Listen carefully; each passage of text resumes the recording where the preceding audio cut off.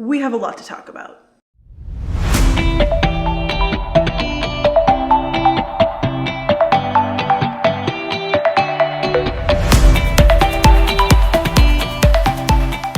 YouTube family, what's up? Welcome back to my channel. It's been almost 2 years since I've been on here. Like I said, we have a lot to talk about. So a lot of you guys have been following me on Instagram, so you've been keeping up with me because I've been still posting content there. My last video on YouTube was we were about to have a baby. And unfortunately, a lot of you guys do know, maybe some of you guys don't, but we did lose Kinsley. Ended up turning emergency, and I haven't shared my story yet. I actually just shared bits into my story, not even a couple weeks ago on Instagram. I wanna share a little bit here on YouTube and also update you guys on life. And yes, we are pregnant again.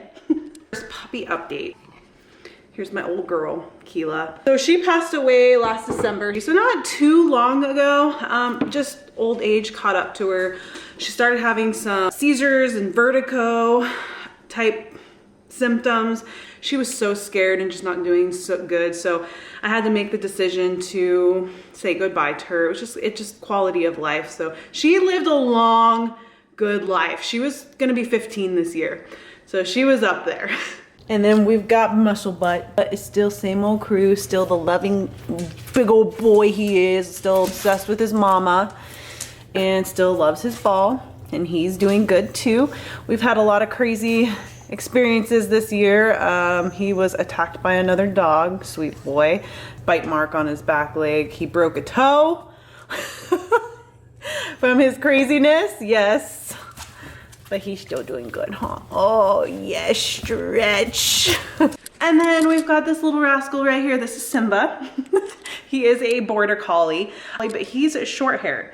So somewhere in there, he became a short haired collie, but he is such a sweet boy. So we got him in November of 2022. So about 4 months after we lost Kinsley. So we felt we needed something because we, you know, had lost Kinsley and we lost our purpose. We were gonna raise and nurture something. And so Simba was like a great, not a replacement, but the replacement we needed at the time. Just something to take care of, something to love. And he got spoiled with love. I think a little too much. He's a little spoiled. But him and Simba got along really well. You're giving him kisses. They are best buds, but they have a love-hate relationship with each other. So it's kind of like brothers, right?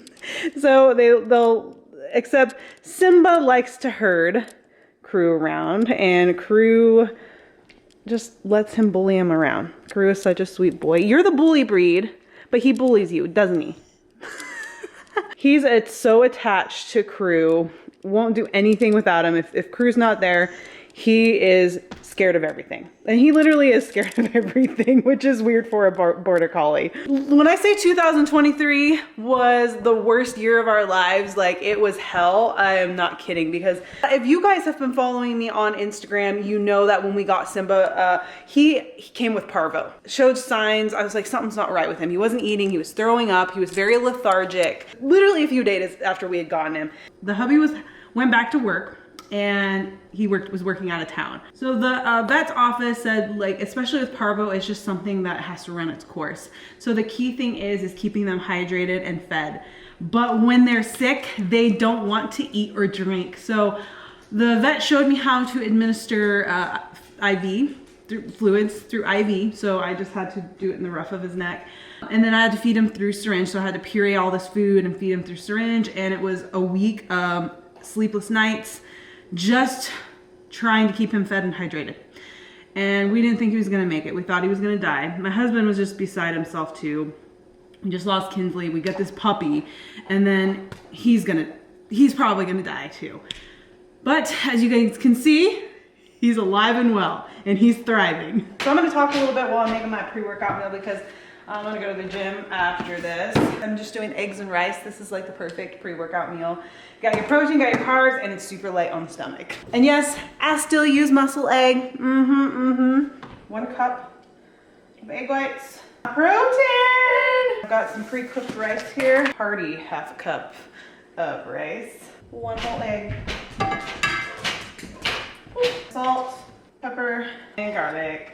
I fought long and hard on whether I should come back to YouTube or not. When it came to coming back to YouTube, I was just like, you know, I'll know when I know.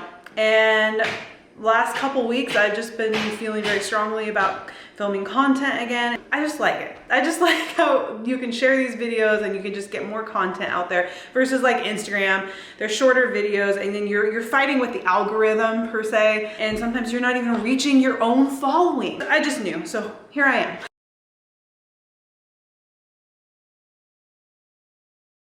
My whole pregnancy was amazing. I was low risk other than her just having her defects. So I was in good form. I was healthy. She was healthy and she did good in vitro. As long as she was in there, she was doing great. As you guys followed my story, you know that we found Kinsley's. There was something going on at her 12-week genetic appointment. They typically check that nuchal translucency and measure some other markers. Now Kinsley, when it comes to the nuchal translucency, the fluid behind baby's neck, it should be under a 3, how they measure it.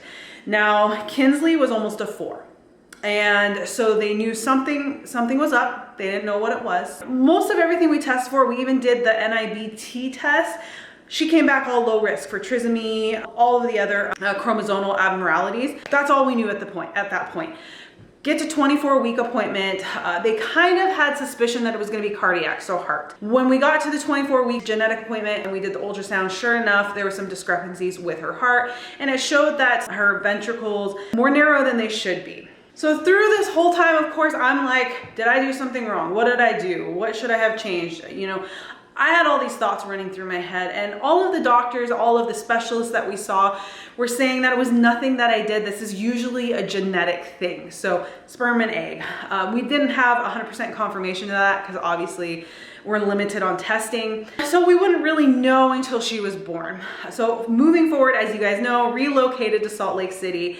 And that was kind of where the story ended. YouTube videos ended. So they wanted to do an induction at 37, 38 weeks. I felt strongly about it. I was like, I want to wait as long as we can. I want to let my body hopefully go into labor. And as you guys saw in my past videos, I was trying to do natural ways to induce labor. Well, none of them worked. My body just wasn't ready for it yet. And typically they say with first babies, it takes longer, right? Finally came down to an agreement on 39 weeks. Because I'm gonna tell you guys right now, I am absolutely against inductions. I think they can be great in certain cases. But for my case, I shouldn't have been an induction. The more I learned about everything, I should have been a scheduled C-section no matter what. And not even to say, my body resisted everything with this induction. We went in for induction, so it was Tuesday morning we had to get there at like 4:30 in the morning. Yeah, I know you don't like waking up early. I was going to the gym. I woke up at 3:30. We got there and we got checked in, going through all the paperwork. Started about, I want to say 9 o'clock in the morning. I had a nurse who was coming off the night shift and she was struggling. Me and the hubby thought she was on drugs or something because she was knocking things over all over the floor. I used to work in dental, so I'm very familiar with like OSHA and infection control. So I'm sitting there watching every little thing she was doing. You could tell she was struggling. Tried to get 2 IVs on me. Failed about 4 times. Here, couldn't do it. Had to get another nurse. They were having issues with my veins. Wasn't super fun starting that. This one hurts. I have like a little hematoma there. Finally got one. I finally asked that other nurse that came in, what's going on with this girl? Is she okay? And she's like, well, she's coming off the night shift. And I was like, she should not be working anymore if this is like, she's that tired that she's struggling and dropping things and can't even get a proper IV. Replacement nurse came in, got the IV right away. We did it on the hand. So that's kind of how it started. But you know, me and hubby were so excited. We're like, we're gonna meet our baby soon.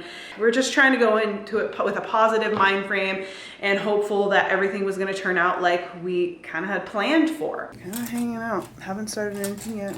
We started with Cytotec. If you guys know Cytotec, it's like it mimics a hormone to soften your cervix. Prior to this, this too when I was at the Primary Children's Hospital. I was like, I would like, is there a doula? Is there somebody that I can hire? I couldn't get a midwife from another practice to come at least be with me. So that was another like discouraging thing as well. And they said they had a volunteer doulas at the hospital. So the first thing I asked when we got there was, can I get a volunteer doula? And the hospital said that they don't have those.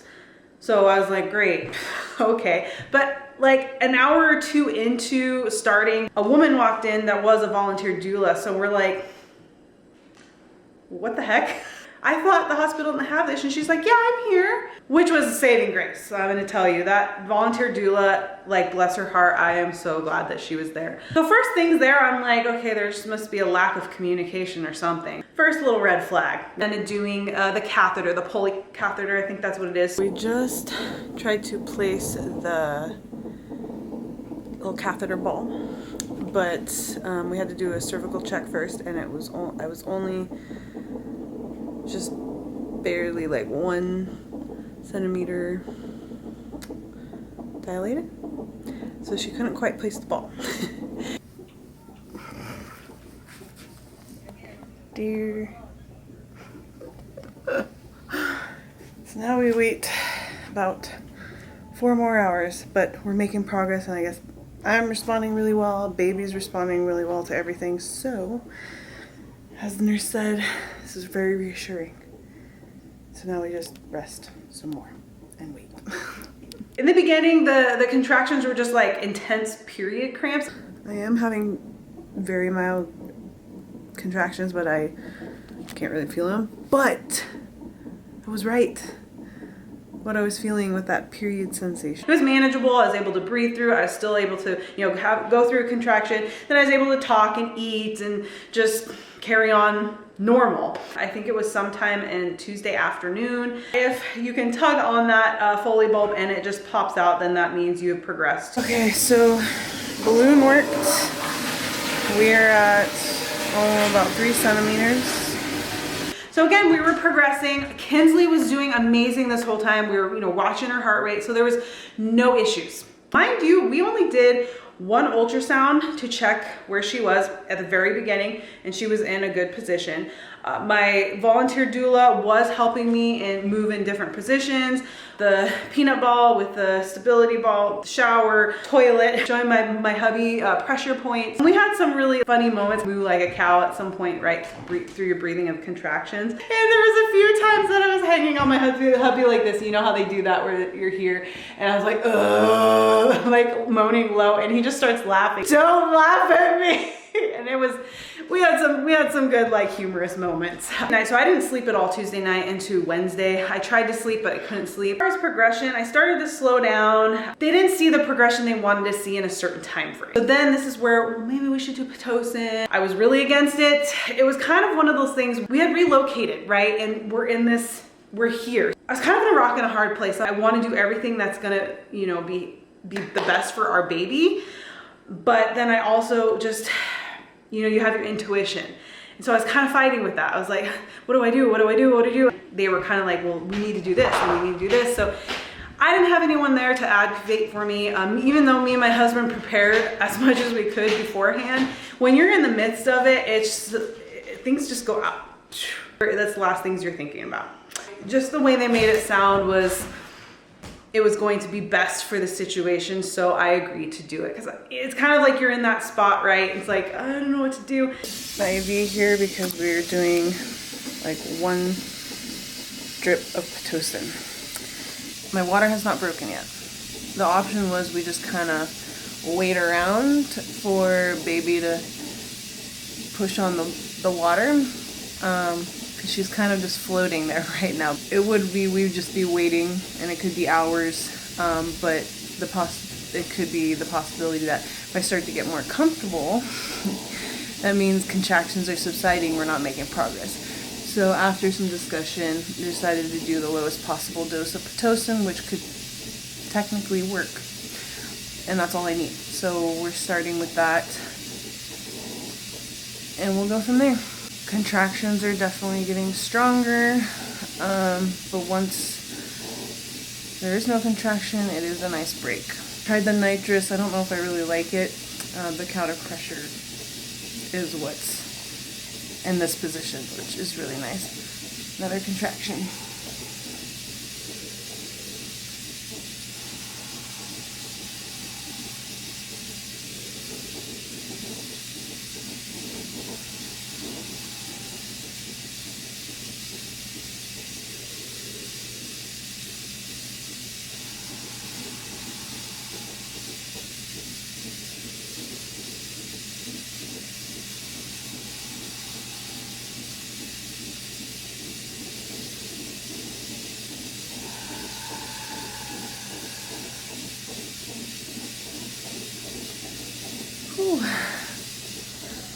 Let me tell you, Pitocin contractions, they're intense. They come on real fast and real strong. There was no little like easing into it at all. So they were getting closer together, started progressing a little bit quicker. I did hear a baby being born next door, and I heard the little cries, and it made me like tear up because that's gonna be us here soon. From what I understand, that Pitocin is a scale from like the way they administer is like a 1 to a 20. They could never get me over a 2 because every time they increased the Pitocin, Kinsley's heart rate would go down. So this is where we just stayed at a 2. I wasn't progressing. So obviously there was a lot of resisting going on. I also was throwing up a lot, started to get the shakes. And of course my hubby's freaking out because when I'm throwing up, he's like, oh my God, running out to the nurses. We were not prepared for any of this. About Wednesday afternoon, hadn't slept at all, struggling with just eating and drinking water at this point and not progressing. My body and my mind just started to give out. And this is when I actually was like, you know what? Maybe I need to get the epidural because maybe I can get some sleep. When I had mentioned that to the nurse and even the doula was there, they were both like, oh, you might be in transition, because that's usually when women would ask for the epidural, right? So we did a cervical check and I was still at a 7. Hadn't progressed past a 7. Got the epidural, and then of course you can't eat anything. You can have Jello and broth. This girl, this fit girl right here who eats a lot, could not eat. That was the worst thing in my life because I depend a lot on food for energy and fuel and recovery. So not being able to eat and just having broth and Jello was disgusting. First of all, I'm not a big Jello fan, and the Jello that they had there, the real sugary stuff, flavored ice chips, or flavored ice, you could do that. So I was doing that, but because of not having food and all that, that would make me throw up even more. And then I started having blood in my urine. So then they were freaking out and doing all these tests, thinking that they're gonna have to administer more medications. So all this stuff was going on. So it was just so many negative side effects to this whole induction. So just the whole experience so far was just horrible. Of course, with an epidural, you're numb from the waist down, so you can't move. So I'm laying on my back in the bed. And I'm Miss Fitness girl who likes to move around. So not being able to move around was really frustrating. So that messes with your mind as well. I still wasn't able to sleep. I tried, I would fall asleep, but then like suddenly wake back up. And another part of me was just really worried about Kinsley.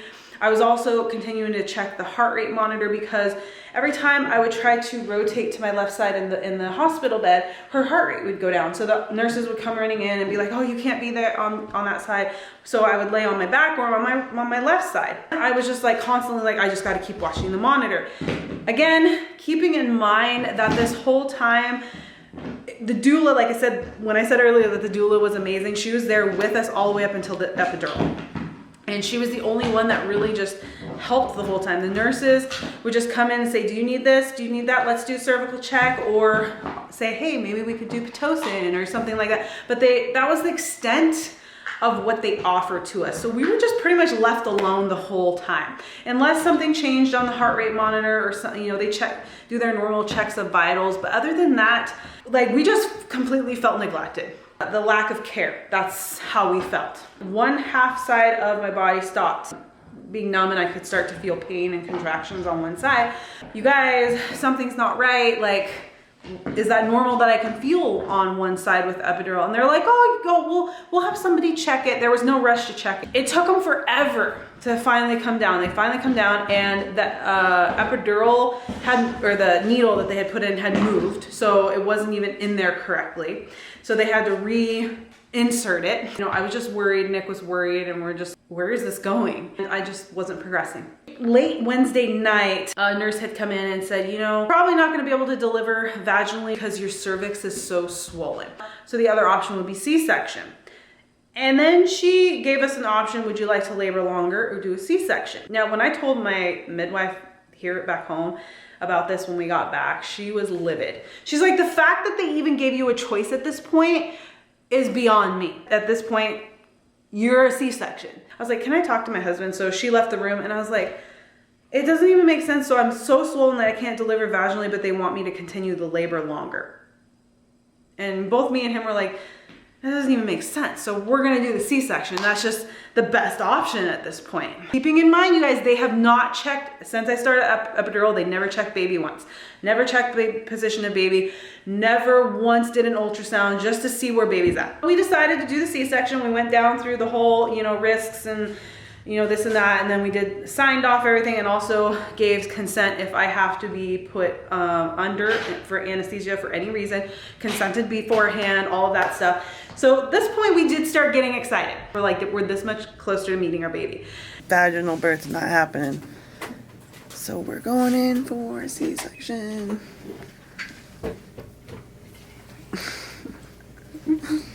Kinsley's heart rate was still doing good, except when I would lay on that right side, her heart rate would drop. And if you guys are listening to this story, when you're thinking, okay, something is not right? If her heart rate drops when I'm laying on a specific side.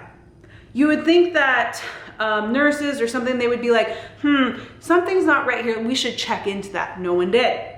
So I'm keeping note of this. We were scheduled to have a C-section, but we're gonna have to wait for like almost 2 hours.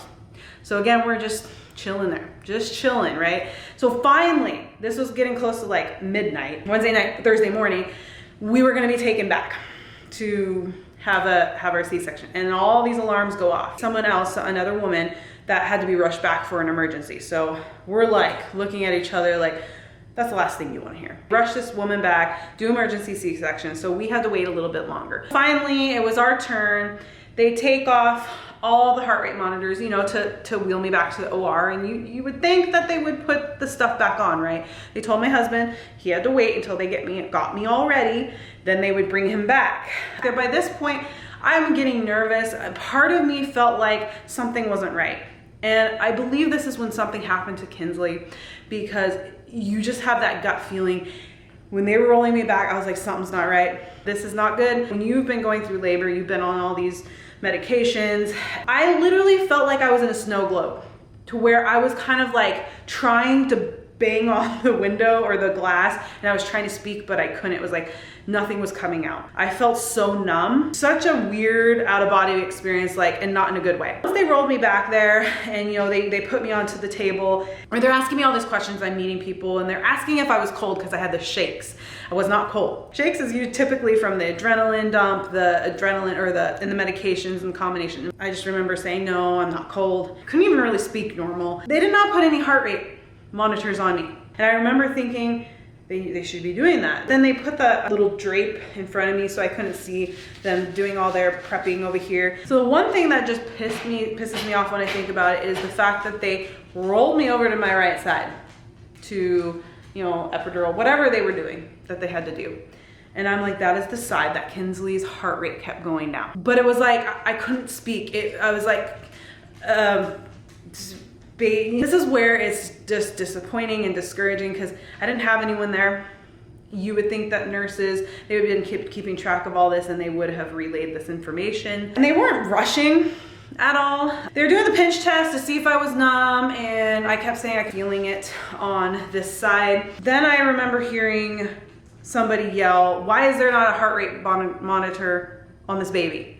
Get it on there now. During this time, couldn't get numb, so then they were like, oh, we have to put you under. That is when I turned emergency. It happened so fast. They put me under, and the next thing I woke up in the delivery room, and I had all these nurses and everybody just kind of standing in there, everybody was quiet and no one was saying anything. I remember asking was, where's the baby? Where's Nick? Where's my husband? Where's the baby? And no one said anything. They were like, we're bringing your husband in. And my husband made it very clear, nobody tell my wife I'm telling my wife. And then my husband walks in and he's crying. And he said, we lost her. And I'm just, what? Like, it didn't even register. I was like a zombie. I was numb. I couldn't even have any emotion. I couldn't even cry. To make this whole scenario, this whole thing worse, and this is something I did not share on Instagram, is a nurse came to my husband because, you know, they came to him and said, oh, she had to be put under. You can't come back at this point. And he's, you know, frantic. So a nurse went and got my husband and told him, would you like to come meet your baby? I went emergency. Kinsley, something bad happened with Kinsley. And a nurse goes get my husband and say, come meet your baby. So he's following the nurse back. Through the doors they go. What do they walk into? Them trying to resuscitate Kinsley. And the nurse is like, oh my gosh, like turns to like be like, you gotta come out. And they were like, no, at this point. So my husband sees this. Asked my husband when they should stop. The head doctor or whoever it was working there, he brought Kinsley, obviously naked little baby, to my husband to hold her. And he said, here is your baby boy. Just, that is one thing that is going to stay with him for the rest of his life. First, walking into them resuscitating his child. Second, the doctor calling her a boy when she was clearly naked and you can see that it's not a boy. The amount of lack of communication, the negligence. I know this is my experience and I know this is not everybody's experience, and I do know this happens a lot to a lot of people, but it was just, we could have been treated 1,000 times better and been taken care of way better than we were. Trying to understand, okay, we just lost our baby. So the first thing we're thinking is the hospital failed us. The hospital caused this. Of course, the weeks leading after that, we did an autopsy.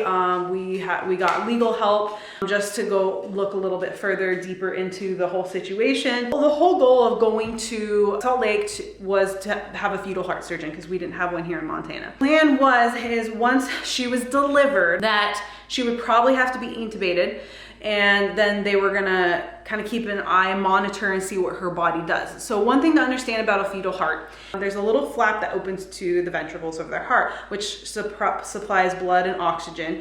The placenta does.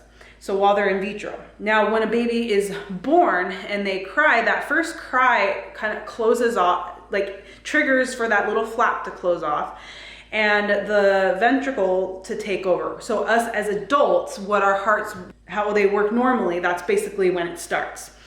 And so their concern was Kinsley's, the narrowing of her ventricle was not going to supply enough blood and oxygen. So this is why she had to be intubated. They were going to give her a medication to keep that flap open. So it continues to keep blood and oxygen coming in, because we were most likely going to have to do a very minor surgery to open up that ventricle. That was our plan. She never made it that far. A few things with the autopsy, we found that she was impacted in my pelvis and she had the cord wrapped around her neck. So there are two things that could have been caught or monitored if they were continuing to monitor me and check all those things. Understanding all this, I should have been a scheduled C-section. So going further into the autopsy, they actually found that she had a lot of other abnormal discrepancies, not just with her heart, but with some other organs. Brain-wise, she would have never had a normal life. She would have probably had to been on life support literally the rest of her life if she did make it a live earth site. And this all came down to those genetic abnormalities. And so we learned a lot about chromosomes. Just to kind of sum up with Kinsley, she had a duplication and deletion of a couple of chromosomes, which happened between sperm and egg. And it wasn't anything that me or my husband should have done or shouldn't have done through pregnancy or any other time around that. It was just one of the sperm and eggs that we provided just was abnormal. It just didn't mature, or call it either a mutant or a new variant. We fell into this 1% chance. This 1% chance out of like a million of this abnormality. Knowing that about Kinsley, obviously with the legal stuff, that we couldn't pursue it any further because of that. So then we started looking at, obviously more genetic testing for me and the husband. They also said we can be carriers of this mutant or new variant gene. And if we are carriers, this means every time we get pregnant, you're gonna pass this on to your child. We did all these tests. The tests that came back for me and Nick were negative, so we were not carriers. Again, we just fell into this 1% chance. If we were carriers, then the next step would have been we would have done IVF. We found out that we were negative. We can just try as normal again.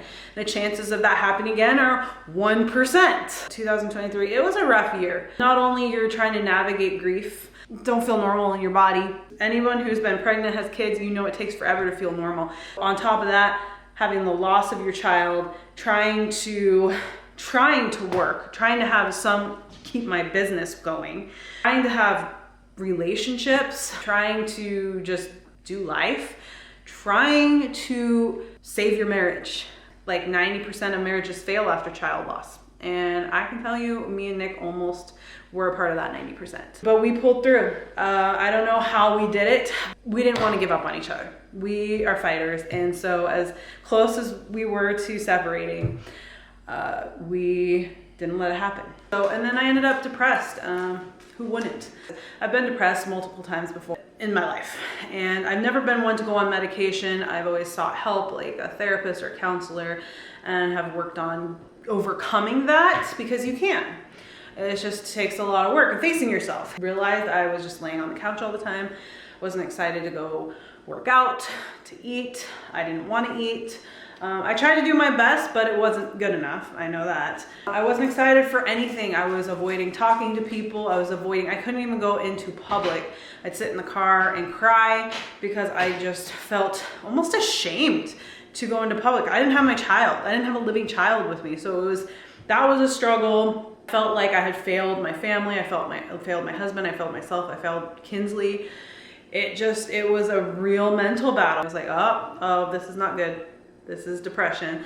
So I sought out a grievance counselor and worked with her all the way up until the end of summer last year. Did so well that I didn't have to go back. I lost my dad unexpectedly when I was 21. I've been through a lot of trauma, various different traumas through my life, and I've always taken it upon myself, like, I can't do this by myself. And I would seek out help, and I would gain tools, self-help tools of how to help myself through it. And those things have really helped me a lot through the years. So just being able to be aware that I was going into depression helped me to get out of it. Like I said, I don't think you'll ever get over a loss. Part of me still feels like I'm missing something. I literally felt like I had to start over. Like I lost everything and I'm starting over. That's kind of like what it felt like. Even though I still have my husband, I still have my family and everything, it's so hard to explain unless you've experienced loss yourself. It's just one of those things that you can't fully understand unless you've been through it. It's devastating, it's heartbreaking, your whole life changes. When I kept fighting, coming back and forth to YouTube, I just don't feel like I have the spark that I used to have, like when I would do videos. I feel different. I don't feel the same. And I know this can happen to women, even if you do have a living child or not, you do change. But I feel like I changed a lot. I kind of feel like I'm a little more reserved on a lot of things I'm doing. That loss changed me. It changed both me and my husband. And you can look at it in a lot of good ways, but there's part of me that I still wish I was still that extreme goofy person that I was. And then part of me is okay that I'm not. I do miss, parts of myself. What I spent last year doing was just trying to find some normalcy in life, trying to get back to normal, trying to find a good balance, find a new routine, refine purpose in life. And I felt like I've done pretty good this last year, both me and my husband. I feel like we are stronger, we are in better places for sure. Felt like there was absolutely a lot of growth out of this, even though it was a devastating experience. There's still a lot of growth. Me and my husband are a lot stronger. We feel more in love. It's a different kind of love, I can tell you that, than just, we love each other. We've been through the shit together, and we're still together. It changes you and puts your marriage on a whole different level. I wouldn't say you completely get over your loss, but grief just does not take over your life. You carry it lovingly. That's the best way to explain it. I can talk about it now. I can look at things. I can, share things about Kinsley, and it doesn't debilitate me where I'm just crying and I'm emotional. I can't do this right now. I can have a sense of joy in my life again. I can have a sense of peace in my life again, and just know that she's in a better place. She's always going to be a part of me. Now, obviously, we're expecting. So we've got a baby boy on the way, but I'm going to save that story for a whole other video. I'm gonna start doing YouTube again. And I missed you guys. Did you miss me? Let me know if you missed me. I want to know. I do know. I've seen some comments, you guys. I'm proud of myself. I'm proud of myself. I'm proud of my husband. I'm proud of us, and just the growth and the leaps and bounds that we've made since loss, because I thought we weren't going to make it as individuals and as a married couple. I also just want to thank every one of you, especially those of you that have still been following me on Instagram, just your support, your encouragement through the whole process. We had all of our family, and we all had that too with our family, but just to see a whole team of people behind us that are complete strangers who are just there for us, rooting for us. Even a lot of you who are sharing your experiences and your stories with me, that you have already overcome a lot and said it does get better. I thank you. We both thank you for that support, that encouragement, and just being there. We definitely have an overabundance of support and love and encouragement between friends, family, and complete strangers. From the bottom of our hearts, we thank you and appreciate you guys so much. I can't even put into words what it means to us. I'm giving you air hugs. And thank you guys for watching the video today, and I'll see you guys on the next video.